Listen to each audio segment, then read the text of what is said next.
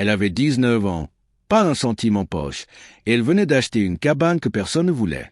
Une ruine de tôle rouillée, perdue au bout d'un chemin de terre, dans un hameau que même les cartes avaient oublié. Les gens du village l'ont regardé signer l'acte de vente pour 800 € et ils ont ri. Certains ont même secoué la tête avec pitié. Mais ce qu'ils ne savaient pas encore, c'est que cette cabane cachait un secret vieux de 60 ans. Et que cette fille, celle que tout le monde prenait pour une cause perdue, allait devenir quelqu'un que personne ne reconnaîtrait. Mais avant de vous raconter ce qu'elle a trouvé entre les murs de cette cabane, il faut d'abord comprendre comment Léa est arrivée là. Comment une jeune femme de 19 ans finit par dormir sous un pont en plein mois de novembre dans le sud de la France. Et la réponse tient en un mot que beaucoup connaissent sans jamais en mesurer le poids. L'abandon. Léa n'a jamais connu ses parents biologiques.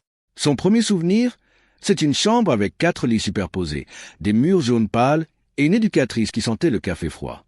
Elle avait 4 ans. Elle se souvient du bruit des clés dans la serrure le matin et du silence écrasant la nuit, quand les autres enfants pleuraient dans leurs oreillers pour ne pas être entendus. À 5 ans, elle a été placée dans une première famille d'accueil. Les Morel, un couple qui vivait dans un pavillon de banlieue avec un jardin minuscule et un chien qui aboyait sans arrêt. Léa a cru, pendant quelques mois, que c'était sa famille. Elle appelait Madame Morel « maman ». Elle avait même un lit pour elle toute seule, avec une couette à fleurs roses. Puis un jour, sans explication, une assistante sociale est venue la chercher avec un sac en plastique contenant ses affaires. Léa a demandé pourquoi. Personne n'a répondu. Elle avait 6 ans. Ensuite, il y a eu les Garnier, un couple plus âgé, qui parlait fort et se disputait tous les soirs après le dîner. Léa restait dans sa chambre, les mains sur les oreilles, en se demandant si c'était de sa faute. Elle y est restée 5 mois. Puis les Duval, qui avaient 3 enfants biologiques et pas vraiment de place pour un 4e. Léa dormait dans un lit pliant dans le couloir. Elle n'a jamais eu de tiroir à elle. Puis un foyer collectif à Nîmes, où elle a partagé une chambre avec 6 autres filles et où elle a appris à cacher ses affaires sous son matelas pour qu'on ne les lui vole pas. Puis les Blancs, à Alès, qui semblait sincère au début, qui lui avait même offert un petit bureau pour faire ses devoirs. Léa avait commencé à baisser la garde, à sourire le matin, à dessiner des fleurs sur ses cahiers. Et un soir, en rentrant de l'école, elle a trouvé son sac déjà fait dans l'entrée. Madame Blanc avait les yeux rouges. « Ce n'est pas toi, ma chérie. C'est nous. On n'y arrive pas. » Léa n'a rien dit. Elle a pris son sac. Elle est montée dans la voiture de l'assistante sociale. Et elle n'a plus jamais dessiné de fleurs sur ses cahiers. Chaque fois, le même scénario. Quelques semaines ou quelques mois de stabilité apparente, puis un départ. Parfois, c'était la famille qui ne voulait plus d'elle. Parfois, c'était une décision administrative. Le résultat était toujours le même. Léa repartait avec ses affaires dans un sac en se disant que quelque chose, en elle, n'allait pas, qu'elle n'était pas le genre d'enfant qu'on gardait, qu'il existait une catégorie d'êtres humains que personne ne choisissait, et qu'elle en faisait partie. À 16 ans, elle vivait dans un foyer de l'aide sociale à l'enfance, quelque part dans les Cévennes. Elle allait au lycée, mais sans conviction.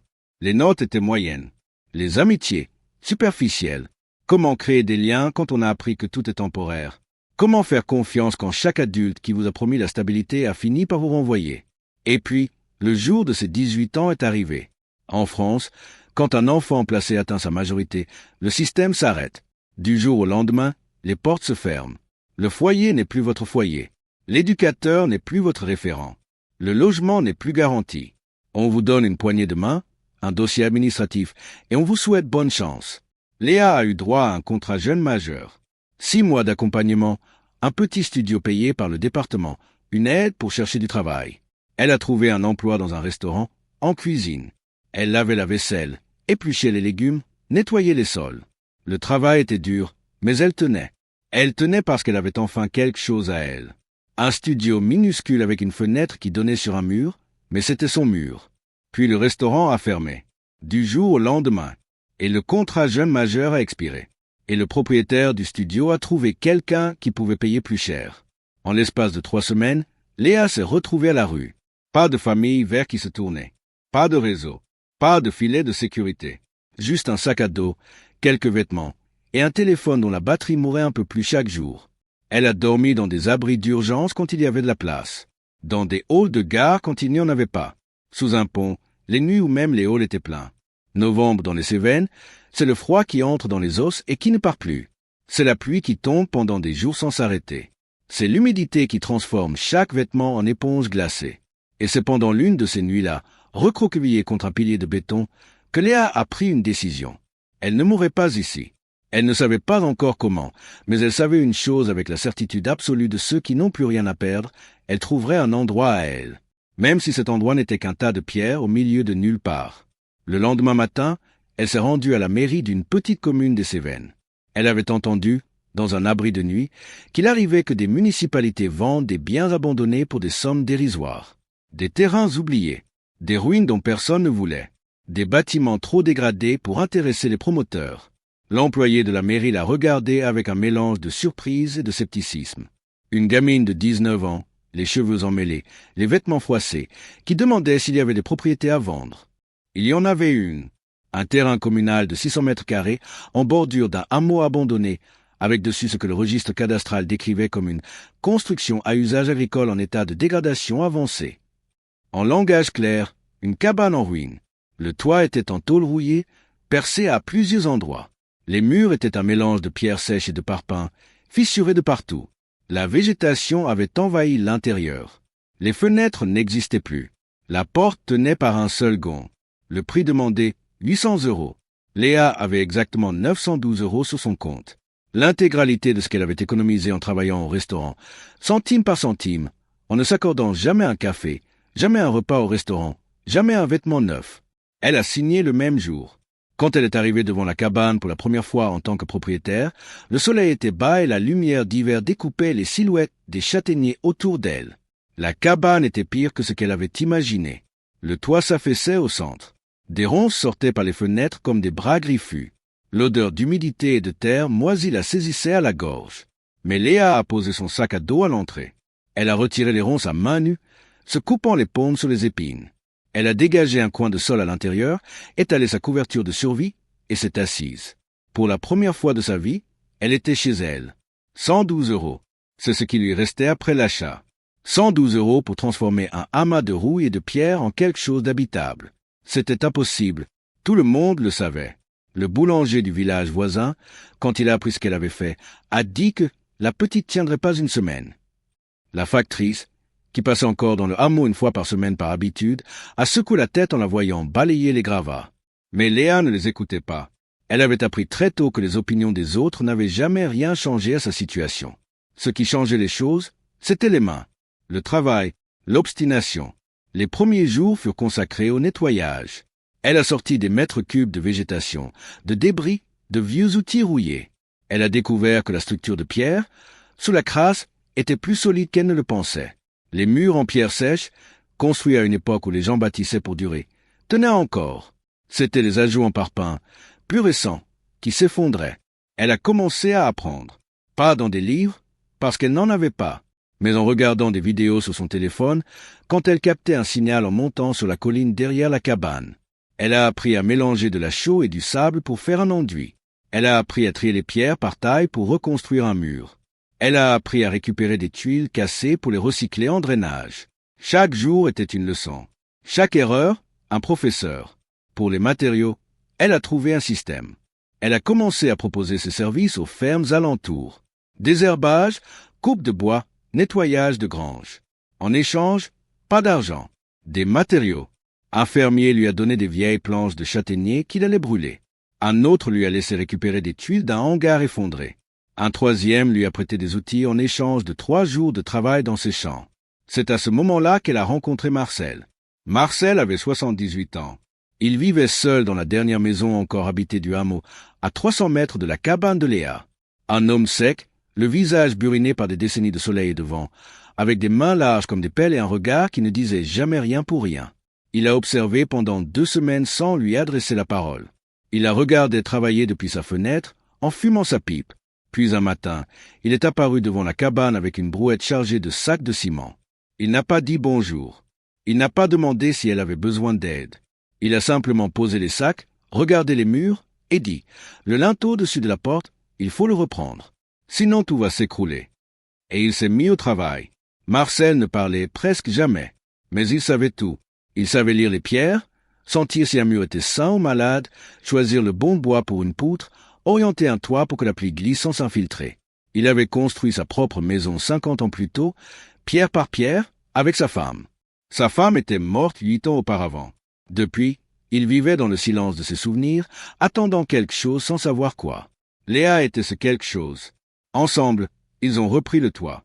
Marcel lui a montré comment souder les tôles, comment poser une sous-toiture étanche, comment créer une pente suffisante pour l'évacuation de l'eau.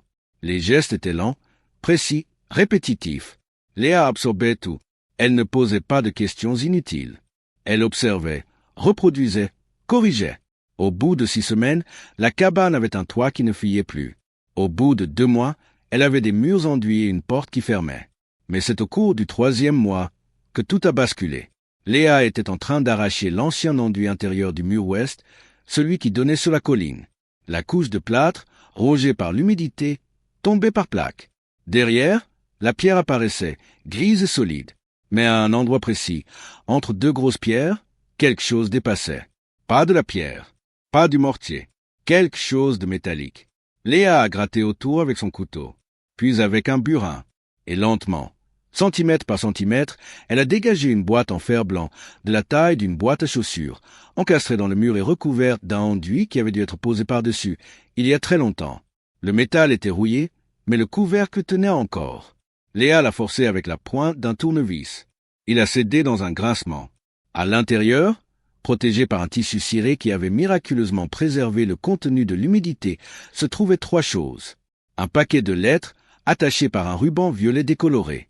Un cahier à la couverture de cuir noir, épais, rempli d'une écriture serrée et régulière. Et 3 photographies en noir et blanc, au bord dentelé, du genre qu'on faisait dans les années 50 ou 60.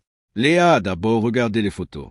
La première montrait une jeune femme debout devant cette même cabane. Mais la cabane, sur la photo, avait l'air neuve. Les murs étaient fraîchement enduits, le toit brillait, et des fleurs poussaient dans des pots alignés le long de la façade. La femme portait une robe simple et un tablier. Elle avait les cheveux tirés en arrière et un sourire discret, presque timide, mais ses yeux racontaient autre chose. Ils racontaient la fierté. La deuxième photo montrait la même femme assise devant un tour de potier, les mains couvertes d'argile, en train de façonner un vase. On distinguait derrière elle des étagères chargées de pots, de bols, de sculptures. La troisième photo montrait la femme plus âgée, peut-être la cinquantaine, debout dans ce qui ressemblait à une galerie d'art, entourée de ses créations exposées sur des socles blancs. Léa a retourné la première photo. Au dos, à l'encre bleu fané, une inscription. Madeleine. Ma cabane. Avril 1962. Madeleine. Léa a ouvert le cahier. Et ce qu'elle a lu, au cours des heures suivantes, recroquevillée dans un coin de la cabane à la lueur d'une lampe de camping, a changé tout ce qu'elle croyait savoir sur elle-même, sur cette cabane, et sur ce que signifie se reconstruire à partir de rien. Madeleine avait 20 ans en 1961, quand elle était arrivée dans ce hameau. Elle aussi n'avait personne. Orpheline de guerre, elle avait grandi dans un foyer religieux du Sud, puis avait travaillé comme servante dans des fermes, puis comme ouvrière dans une conserverie. Quand la conserverie avait fermé, elle s'était retrouvée à la rue. Et elle avait trouvé cette ruine, qui n'était alors qu'un ancien abri à chèvres en pierre sèche, à moitié écroulé. Elle l'avait acheté pour presque rien à un propriétaire qui voulait s'en débarrasser. Et elle l'avait reconstruite, seule, pierre après pierre. Le cahier racontait chaque étape. Comment elle avait appris à mélanger le mortier en observant un maçon du village d'à côté. Comment elle avait récupéré du bois dans la forêt pour faire les poutres. Comment elle avait fabriqué son propre enduit avec de la chaux et du sable de rivière. Les mêmes gestes que Léa reproduisait 60 ans plus tard, sans le savoir. Mais le cahier contenait bien plus que des techniques de construction. Madeleine y avait consigné ses pensées, ses peurs, ses espoirs. Et surtout, elle y avait documenté sa découverte de l'argile. Un jour, en creusant les fondations pour agrandir la cabane, elle avait trouvé un filon d'argile rouge d'une qualité exceptionnelle. Par curiosité, elle avait commencé à modeler des formes. Puis elle avait construit un four rudimentaire dans la cour. Puis elle avait appris, par essai et erreur, à cuire ses pièces. Et elle avait découvert qu'elle avait un don. Pas un petit talent, un véritable don. Les formes qui naissaient sous ses doigts avaient quelque chose que les mots du cahier ne pouvaient pas décrire, mais que les photos montraient clairement. Une grâce, une puissance tranquille, une beauté qui semblait venir d'un endroit très profond. Léa a lu le cahier d'une traite jusqu'aux dernières pages. Et c'est là que Madeleine avait écrit quelque chose qui a fait monter les larmes aux yeux de Léa. Si quelqu'un trouve un jour ces pages, c'est que cette cabane a de nouveaux besoins de quelqu'un, et que quelqu'un a de nouveaux besoins de cette cabane. Je n'ai rien laissé au hasard. Derrière le mur de la cheminée, il y a une porte que j'ai murée quand je suis parti. Derrière cette porte, il y a tout ce que j'ai appris et tout ce que j'ai créé. Je ne pouvais pas l'emporter avec moi, mais je ne pouvais pas le détruire non plus. Alors je l'ai confié au mur, en espérant que la bonne personne le trouverait au bon moment. Léa a relevé la tête. Elle a regardé le mur de la cheminée, et elle a senti son cœur battre si fort qu'elle avait l'impression que la cabane entière vibrait avec lui. Cette nuit-là, elle n'a pas dormi. Elle a tourné autour de la cheminée en pierre, cherchant un indice, une marque, une différence dans la maçonnerie. Au petit matin, elle a trouvé un joint de mortier, à hauteur de taille, légèrement plus clair que les autres, plus récent, comme si quelqu'un avait bouché une ouverture. Elle a pris le burin de Marcel et a commencé à taper, doucement d'abord, puis plus fort. Le mortier s'est effrité, puis une pierre a bougé, puis une autre, et derrière, il y avait le vide. Un espace sombre, à peine plus grand qu'un placard, creusé dans l'épaisseur du mur et dans la roche de la colline. Et dedans, soigneusement rangés sur des étagères en bois, protégés par des draps de lin, se trouvaient les trésors de Madeleine. Un tour de potier en bois, fait main, encore fonctionnel. Des outils de modelage, certains fabriqués à partir de cuillères et de couteaux recyclés. Des pigments naturels dans des bocaux en verre, ocre, terre de sienne, oxyde. Des carnets entiers de dessins, de recettes démos, de notes sur les températures de cuisson. Et surtout, posée sur l'étagère la plus haute, enveloppée dans du papier journal jauni, cette pièce de céramique d'une beauté qui a coupé le souffle de Léa. Des bols, des vases, des sculptures abstraites. Chaque pièce avait une présence, une densité, une perfection de forme qui dépassait tout ce que Léa avait jamais vu. Les couleurs étaient profondes, vivantes, comme si l'argile contenait encore le feu qui l'avait transformée. Et au fond de cette pièce cachée, une dernière lettre. Léa l'a ouverte avec des mains qui tremblaient. À toi qui as trouvé mon secret. Je m'appelle Madeleine Vernet. Le monde m'a connu sous un autre nom. J'ai exposé dans des galeries de Paris, de Lyon, de Genève. J'ai vendu des pièces à des collectionneurs qui ne savaient rien de moi, sinon que mes mains créaient des choses que les leurs ne pouvaient pas. Mais je n'ai jamais oublié d'où je venais. De la rue, de la solitude, de cette cabane. Tout ce que je suis devenu est né ici, entre ces murs. Si tu lis ces mots, c'est que tu es probablement comme moi, perdu, seul, avec rien d'autre que tes mains et ta rage de vivre. Alors laisse-moi te dire une chose que personne ne m'a dite quand j'en avais besoin. Tu as le droit de créer. Tu as le droit de transformer la laideur en beauté. Tu as le droit de prendre cette ruine et d'en faire un palais. Pas pour prouver quoi que ce soit au monde, mais pour te prouver à toi-même que tu existes. Utilise mes outils. Apprends mes techniques. Trouve ton argile. Et construis quelque chose qui durera plus longtemps que la douleur. Madeleine. Léa a pleuré. Pas de tristesse. Pas de pitié. De reconnaissance. Pour la première fois de sa vie, quelqu'un lui parlait directement. Pas un dossier administratif. Pas un numéro de placement. Pas une bouche à nourrir. À elle, Léa, la personne qu'elle était vraiment, sous toutes les couches de rejet et de silence. Et c'est à ce moment-là que la véritable transformation a commencé. Les semaines qui ont suivi, Léa a partagé son temps entre la reconstruction de la cabane et l'apprentissage de la céramique. Le filon d'argile que Madeleine avait découvert existait toujours, à quelques mètres de la cabane, le long du ruisseau qui descendait de la colline. Léa a creusé, extrait, nettoyé, pétri. Elle a installé le tour de Madeleine dans la pièce principale. Elle a reconstruit le four dans la cour en suivant les plans détaillés du cahier. Ses premières pièces étaient terribles. Informes, fragiles, ratées. Elles se fissuraient à la cuisson. Elles s'effondraient sur le tour. Elles étaient moches. Le premier bol qu'elle a tenté s'est transformé en une sorte de crêpe épaisse et tordue, qui a éclaté dans le four en projetant des éclats d'argile partout. Le deuxième n'a même pas survécu au tournage. Le troisième ressemblait vaguement à quelque chose, mais quand elle a sorti du four, il s'est fendu en deux dans ses mains, comme si la terre refusait de coopérer. Pendant 2 semaines, elle n'a produit que des ratés. Des dizaines de formes difformes qui s'accumulaient dans un coin de la cour comme un cimetière de tentatives avortées. Un soir, épuisée, les mains en sang à force de travailler l'argile brute, Léa s'est assise par terre et a fixé le tour immobile. Elle a pensé à tout arrêter, à se contenter de la cabane, à oublier cette idée folle qu'elle pourrait créer quelque chose de beau avec ses mains. Ses mains qui n'avaient jamais reçu un instrument de musique, jamais touché un pinceau, jamais appris à faire quoi que ce soit d'artistique. Qu'est-ce qui lui faisait croire qu'elle avait le moindre talent? Mais le lendemain matin, elle s'est levée, elle a pétri une nouvelle boule d'argile, et elle a recommencé, parce que Madeleine l'avait fait. Et Madeleine n'avait rien eu de plus qu'elle. Léa ne s'arrêtait pas. Elle refaisait, encore et encore. Les doigts couverts d'argile, les bras douloureux, le dos cassé à force de se pencher sur le tour. Elle notait chaque erreur dans un cahier, à côté de celui de Madeleine. Trop d'eau, pas assez de pression, tour trop rapide, four trop chaud. Chaque échec devenait une information. Chaque information, un pas en avant. Marcel, qui venait toujours l'aider pour les travaux, regardait ses efforts avec un silence qui ressemblait à de l'approbation. Un jour, il a dit, en pointant le tour, « Ma femme faisait de la poterie. Elle disait que l'argile se souvient de tout, de la force de tes mains, de ta patience, de ta colère aussi.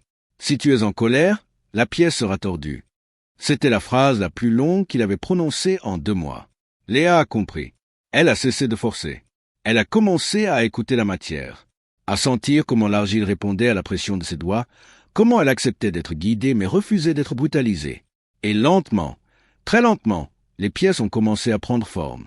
Au 5e mois, elle a produit son premier bol abouti. Une forme simple, parfaitement ronde, avec un émail bleu-gris qu'elle avait obtenu en mélangeant de la cendre de châtaignier aux recettes de Madeleine. Marcel l'a regardé longtemps, puis il a hoché la tête. Et pour Léa, ce hochement de tête valait tous les diplômes du monde. Mais c'est alors que les problèmes ont commencé. Un matin, une lettre recommandée est arrivée. De la mairie. Un courrier officiel informant Léa que sa construction ne respectait pas les normes d'urbanisme en vigueur. Que la cabane, en l'état, constituait un risque pour la sécurité. Et qu'elle avait 60 jours pour mettre le bâtiment aux normes, faute de quoi un arrêté de péril serait prononcé et la démolition ordonnée. 60 jours. Léa a relu la lettre 3 fois, assise sur le seuil de sa cabane, sentant le sol se dérober sous elle. Tout ce travail, toutes ces heures, toute cette sueur. Pour rien. Marcel, quand elle lui a montré la lettre, a craché par terre et a dit un seul mot que la politesse interdit de reproduire ici. Puis il a ajouté, « C'est le nouveau maire. Il veut faire du hameau une zone protégée pour attirer les touristes. Ta cabane, elle gêne ses plans. » Léa a senti quelque chose monter en elle. Pas de la résignation, pas de la peur. Autre chose, une détermination froide, compacte, tranchante comme une lame. La même force qui l'avait poussé hors de la rue. La même qui l'avait fait signer l'acte de vente. La même qui l'a réveillée chaque matin à 5 heures pour travailler sur les murs avant que la chaleur ne devienne insupportable. Elle n'allait pas perdre cette cabane. Pas maintenant. Pas après tout ça. Elle a commencé par se renseigner.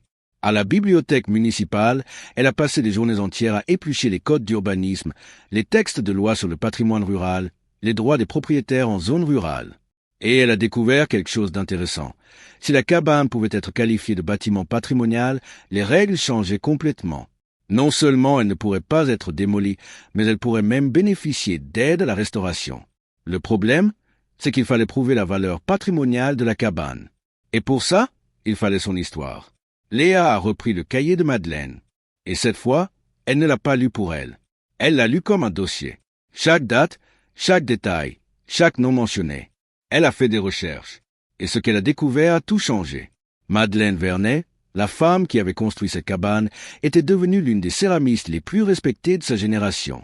Sous le nom de Madeleine du Gardon, elle avait exposé dans toute l'Europe.